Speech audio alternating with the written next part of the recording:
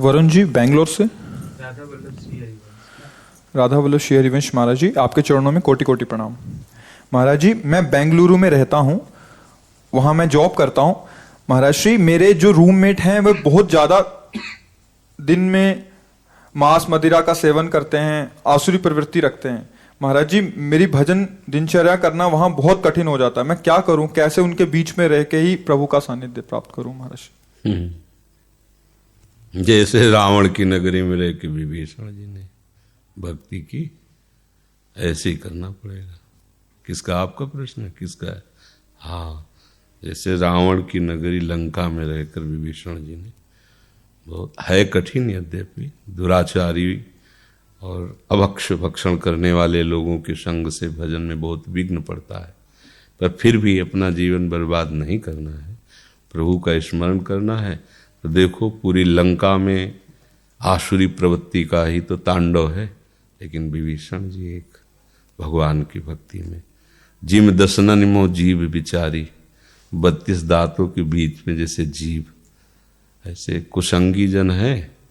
और अगर हमारा लक्ष्य भजन है तो फिर, पर है कठिन, क्योंकि प्रारंभ में कुसंग का त्याग करके भजन की स्थिति प्राप्त करना संभव है, और कुसंगियों के संग से तो असंभव ही है प्रारंभ में। जो उत्तम भजनानंदी, फिर उनका कोई कुछ नहीं बिगाड़ सकता। जो रहीम उत्तम प्रकृति का कर सकत कुसंग, चंदन विष व्यापत नहीं लपटे रहत भुजंग। पर इस स्थिति तक पहुंचने के लिए हमें सत्संग की आवश्यकता है। दुष्ट स्वभाव वाले जनों में भी भगवत भाव करके दूरी बनाने की आवश्यकता है। यदि ऐसा कुछ हो जाए कि आपका कमरा अलग हो जाए, वास अलग हो जाए, कैसे भी, तो फिर नहीं तो असर तो होता ही है। और जो भगवदानंद में मगन है तो फिर कबीरा तेरी झोपड़ी गलकट्टों के पास, करेगा सो भरेगा, तू क्यों हो तू उदास। पर ऐसी स्थिति तो चाहिए। अब इस स्थिति के लिए सत्संग चाहिए, कुसंग नहीं। तजोरे मन हरि विमुखन को संग, जाके संग कुमति मति उपजय करत भजन में भंग। तो अशुभ अनर्भल संग जन विमुख तजो सब कोय, विमुख तजो सब कोय झूठ बोलत सच मानत, दोष करत निरसंक रंक कर संतन जानत, अभिमानी गर्विष्ठ लोभ मद मत अगाधा, दुष्ट परिहरो दूरी भजत भज श्री हरि राधा। महापुरुषों का, आचार्यों का तो ऐसा आदेश है कि ऐसे दुष्ट जनों से दूरी बनाकर रहे और भगवान के भजन में, प्रिया प्रीतम के भजन में, तब अपने चित्त को लगाया जा सकता है। नहीं तो उनका संभाषण, दर्शन, स्पर्श, सहवास, ये कैसे भजन होने देगा? असंभव। हाँ, स्थिति प्राप्त हो गई तो फिर कोई बात नहीं, तो अभी तो स्थिति प्राप्त नहीं है, प्रारंभिक भजन है। तो इसमें हमें वातावरण का बहुत बड़ा, सात्विक वातावरण, सात्विक लोगों के बीच में रहना, सात्विक। तो हमारा लक्ष्य केवल धन ही नहीं होना चाहिए। अगर हमारी पवित्रता नष्ट हो रही है, आचरण नष्ट हो रहे हैं, मुझे लगता है ऐसे धन प्राप्ति की तरफ फिर मुंह मोड़ लेना चाहिए, हट जाना चाहिए। जहां अपना चरित्र नष्ट हो जाए वहां धन क्या करेगा? संसारी आदमी क्या होता है, वो अपने चरित्र को भी बेच देता है। लेकिन चरित्र ही हमारा भाग्य है। हमारी महानता इसी बात की रहेगी कि हम अपने चरित्र को दूषित ना होने दें। खान पान, उठना बैठना, देखना, ये हमारा पवित्र होना चाहिए। मनुष्य जन्म मिला है, देव दुर्लभ योनि कही गई है। ये तो सब आसुरी प्रवृत्ति के भूले हुए लोग हैं, बेचारे नहीं जानते हैं। तो इनको मनुष्य रूपेण मृगाश्चरंती, शास्त्र कहता है। मृग माने तो पशु, ये मनुष्य रूप में साक्षात पशु हैं। उनको विवेक ही नहीं है। विवेकहीन मनुष्य पशु ही है, भक्तिहीन मनुष्य मुर्दा ही है।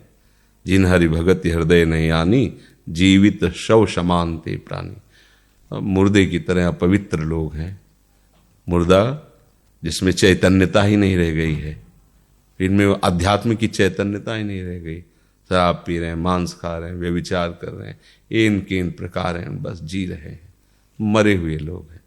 मनुष्य जीवन इन किन प्रकार जीने के लिए थोड़ी है, सतमार्ग के लिए। अच्छे बनो, दूसरों को सुख दो, अपने में कम खर्चा करके वो पैसे बचाओ, बूढ़े माता पिता, बीमार जनों की सेवा, किसी ऐसे भूखे को भोजन, ऐसी जो अव्यवस्था है उसको व्यवस्था कर दिया। 10-10 रुपये जोड़ लिए, 200 रुपये का एक गर्म कपड़ा लेके किसी गरीब को दे दिया जो कांप रहा है, अपना 10-10 रुपये बचा लिए। कभी गौओं को 1 कुंतल चारा लेके डाल दिया, हो गया। दूसरों के प्रति जो सुख की भावना है वो तुम्हारी उन्नति करेगी। दूसरों को जो दुख देने की भावना है तुम्हारा नाश कर देगी। उसको दुख पहुंचे न पहुंचे तुम्हारा पतन हो जाएगा। तो इसलिए हमारी तो राय यही है कि कमरा बदल दो, उनका संग बदल दो। यदि ऐसा संभव नहीं तो छोड़ दो, जिससे हमारा चरित्र बिगड़ जाए। चरित्र बार बार नहीं बनता। जैसे एक बार चरित्र बिगड़ गया ना, भगवान के अवतार तो भगवान है ही हैं, श्री राम जी, पर रावण भी कोई छोटा मोटा अवतार थोड़ी, भगवान का पार्षद है जो भगवान का स्वरूप ही है। और वैसे भी अगर इस परंपरा से, लोक परंपरा से देखा जाए तो भगवान का अवतार रघुवंश में हो रहा है। और उत्तम कुल पुलस्त करनाती, ब्रह्म ऋषि की संतान है रावण, ये समझो। उत्तम कुल में उसका जन्म हुआ, लेकिन आचरण चरित्र आसुरी हो गए, राक्षसी हो। रावण राक्षस थोड़ी है, मूल में तो भगवान का पार्षद है। और जहां जन्म लिया है उसने, तो वैसे विश्वश्रवा का पुत्र है, महाराज पुलस्त का नाती, ब्रह्म ऋषि पुलस्त का नाती है। भगवान रघुवंश में पैदा हो रहे, वो पुलस्त वंश में, परम पावन पवित्र ब्रह्म ऋषि पुलस्त जी, विश्वश्रवा उनका पुत्र है। लेकिन आचरण खराब हो गए तो राक्षस हो गया। आचरण से ही देवता है, आचरण से ही राक्षस है, आचरण से ही महान है। तो हमारे यहां चरित्र का गायन किया जाता है। जिसका चरित्र ही ठीक नहीं तो फिर क्या है। रावण का केवल बात एक ही थी, चरित्र ठीक नहीं था। नहीं, वो उपासक था, भगवान शंकर की उपासना उसने की। आज भी बड़ी बड़ी पवित्र सभाओं में उसके लिखे हुए तांडव का गान होता, जटाटवी गलत जल प्रवाह पावित, ये उसी की तो रचना है। भीष्म पार कैलाश को झूले की तरह से उठाया, पूरे कैलाश को महादेव सहित, मस्तक काट कर उनके चरणों में, छोटी मोटी भक्ति है, मस्तक काट के चढ़ा। बस आचरण बिगड़ गए, चरित्र बिगड़ गया। तो राम चरित्र का गायन किया जाता। चरित्र हमारे यहां पूजनीय, ये भारत देश है और सर्वत्र ऐसा नहीं है, ये भारत देश है, यहां चरित्र। एक बार वहां वाराणसी में एक न्यायाधीश थे, वो संत बन गए, बड़े ऊंचे संत थे, वयोवृद्ध थे। दर्शन करने गए तो ऐसे बैठे, ऐसे हमारी तरफ देखो, बड़ी जोर से ऐसे हाथ पकड़ा। पहले दर्शन तो मुझे लगा क्या थप्पड़ मारेंगे कि अब वयोवृद्ध संत जी, ऐसे हाथ जोड़ के खड़े हो गए। हम भी सन्यास के वेश में ही थे। ऐसे हाथ पकड़ा, हमारी तरफ देखा और यही कहा कि बेटा, वो अंग्रेजी से बोले थे, अब हमको तो अंग्रेजी आते, उन्होंने कहा था गुड करेक्टर, ऐसे ही वो आगे शब्द अंग्रेजी के बोले थे। तो उनका और अंग्रेजी से भी मतलब उसका था अर्थ, भाव ये था, हमने पूछा था जो हम ले गए थे कि जिसका चरित्र लूज हुआ, जिसका चरित्रहीन कुछ भी बन जाए, कुछ नहीं होता। बाबा जी बन जाए, सन्यासी बन जाए, महात्मा, कुछ नहीं, सब कूड़ा कर। करेक्टर, गुड करेक्टर, चरित्र अच्छा होना।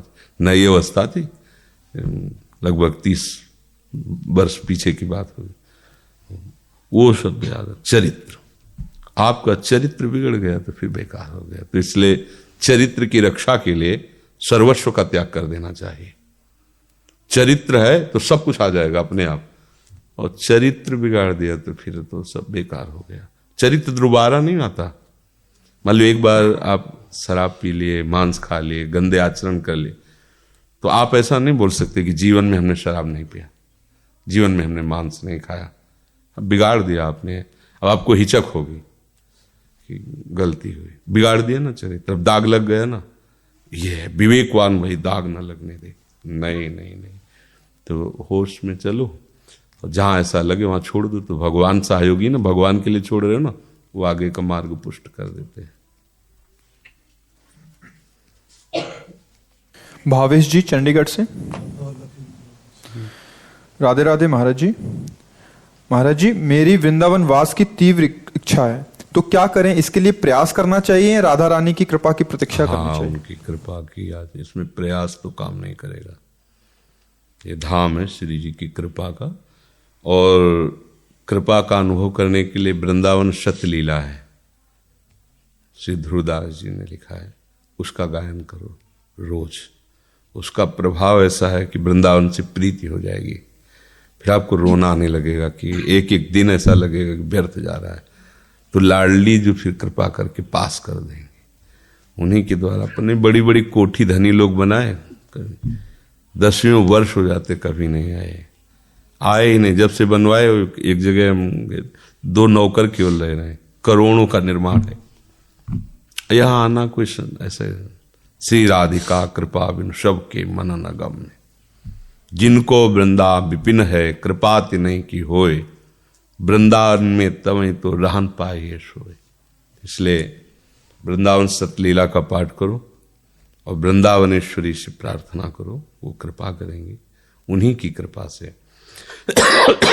अगर प्रगट में वास नहीं भी हो रहा तो वृंदावन का प्रेम आ जाएगा हृदय में। तो वृंदावन चैतन्य घन है, शरीर नहीं रह रहा तो मन वृंदावन का प्रेमी हो गया, बात बन जाएगी। वृंदावन शतलीला पाठ करो और प्यारी जू से प्रार्थना करते रहो। महाराज जी, अक्सर मैं सुबह जल्दी उठ जाता हूँ, उस समय आंखें बंद कर फिर ये चिंतन होता है कि मैं वृंदावन परिक्रमा कर रहा हूँ। हाँ, महाराज जी, ये जो मेरा अनुभव है, इसका क्या तात्पर्य है? क्या ये भजन का ही स्वरूप है? हाँ, एक कृपा है। ऐसा करने से समस्त पापों का शमन करने के लिए इसको उपाय बताया गया कि वृंदावन को चिंतवन यह दीप उर्बार, कोटि जन्म के अघ तमय काट करे उजियार। मैं वृंदावन में गया, संत दर्शन किए, परिक्रमा की, यमुना जी गए, बिहारी जी के दर्शन करने गए, राधा वल्लभ। वृंदावन को चिंतवन यह दीप उर्बार, तो कोटि जन्म के अघ तमय काट, करोड़ों जन्मों के पापों का नाश हो जाता है। तो बहुत सुंदर है, आप ऐसा ही कीजिए। महाराज जी, मैं जब और वो सब जब करता हूँ तो घर वाले कहते हैं कि ये सब बंद करो, ये कुछ नहीं कर रहा, इसीलिए मेरा विश्वास डगमगाया हुआ है। तो घर वालों की बात मानते तो यहाँ क्यों आते? इसीलिए मैं आया। तो मेरी बात मान लीजिए। अगर मेरी बात मान लीजिए तो फिर घर वालों की बात नहीं मानोगे। अगर घर वालों की बात माने तो यहाँ आना तुम्हारा बेकार हो गया, क्योंकि जब हमारी बात नहीं मानी तो हमारे सामने बैठना और प्रश्न करना निरर्थक होगा ना। तो बात मान लीजिए, लोक परलोक सब बन जाएंगे। इसीलिए हरिवंश महाप्रभु हमारे आचार्य हैं, वो कसम दिला कहते मेरी सौं भैया कृष्ण गुण संचो, ई परलोक सकल सुख पावत। तुम्हें इस लोक में परलोक में सारे, ये कसम दिलाने क्या जरूरत थी? विश्वास। मैं तुम्हें अपनी शपथ दे के कहता हूं, तुम केवल कृष्ण का भजन करके देखो, इस लोक और परलोक में सुखी हो जाओगे। तो मुझे लगता है कि आप अपने घर वालों की ये बात न माने कि प्रभु का आश्रय छोड़ दो, तो फिर रह क्या जाएगा तुम्हारे पास? वो घर वाले थोड़ी है, घर वाले तो प्रभु हैं अपने। जन्म जन्म के हम उन्हीं के अंश हैं, भूल करके नए नए घर वाले बनाते जा रहे हैं, वो छूटते जा रहे हैं पुराने। पीछे जन्म के घर वाले कहाँ हमारी समझ में आ रहे हैं? ये ऐसा मत सोचो कि भगवान का भजन व्यर्थ जाएगा। एक नाम, एक सेकंड भी व्यर्थ नहीं जाएगा। उसका जब हिसाब होगा तो नाच पड़ोगे। विश्वास, बिन विश्वास भगति नहीं, ते बिन द्रवहि न राम, राम कृपा बिन सपने जीव न ला विश्राम। विश्वास से ही बात बनेगी, क्योंकि ये चीज ऐसी तो है नहीं कि ये लो खाओ। विश्वास कर लो, फिर आगे आप जान जाओगे। इतना तो पता है भगवान है, इतनी तो आस्तिकता है। और जब भगवान है वो आप पुकार रहे हो तो आपको सुनाई देता, उनको सुनाई नहीं देता क्या? आपका क्या नाम है? धन। ये बुलाएंगे तो आप हेरोगे उधर की नहीं? जी है। आप राम बोलोगे, कृष्ण बोलोगे, राधा बोलोगे, तो उनके कान तो सर्व जगह हैं। तुम्हारे कान तो एक सीमा तक की आवाज सुन सकते हैं। वो तो ऐसे कान वाले हैं कि आप विश्व ब्रह्मांड में कहीं भी बोलो, मन से बोलो तो सुन लेंगे। तो ऐसा विश्वास तो अपने को तो नहीं होना चाहिए।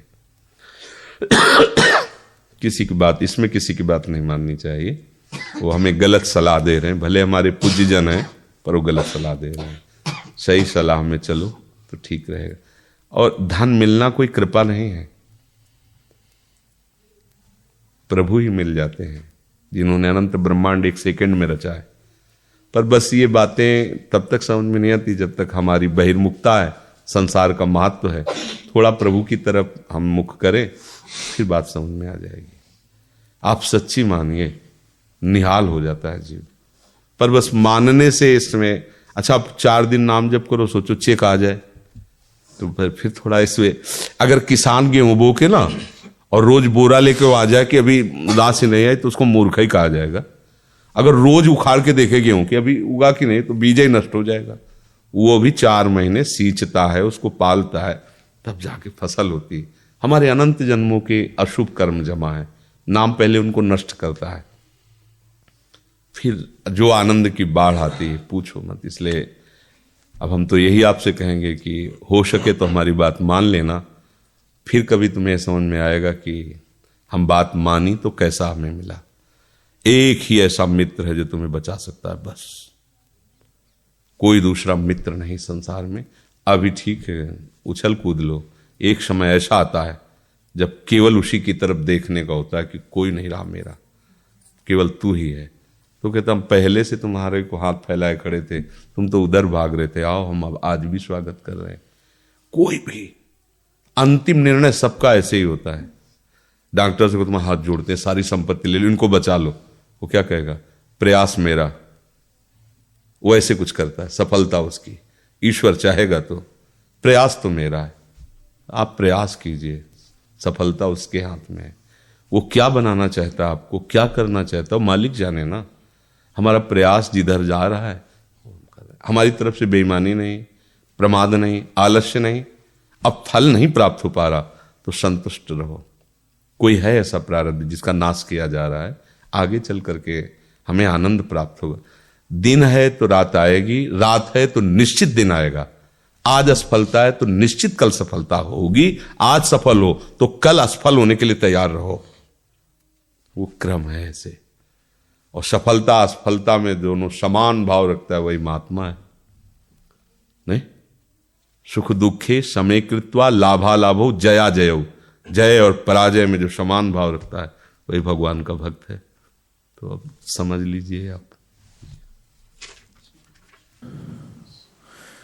जय जय श्री हरिवंश। महाराज श्री, आपके चरणों में मेरा दंडवत प्रणाम। महाराज श्री, हमारे आसपास के वातावरण में विषय प्रपंच की वार्ता होती है।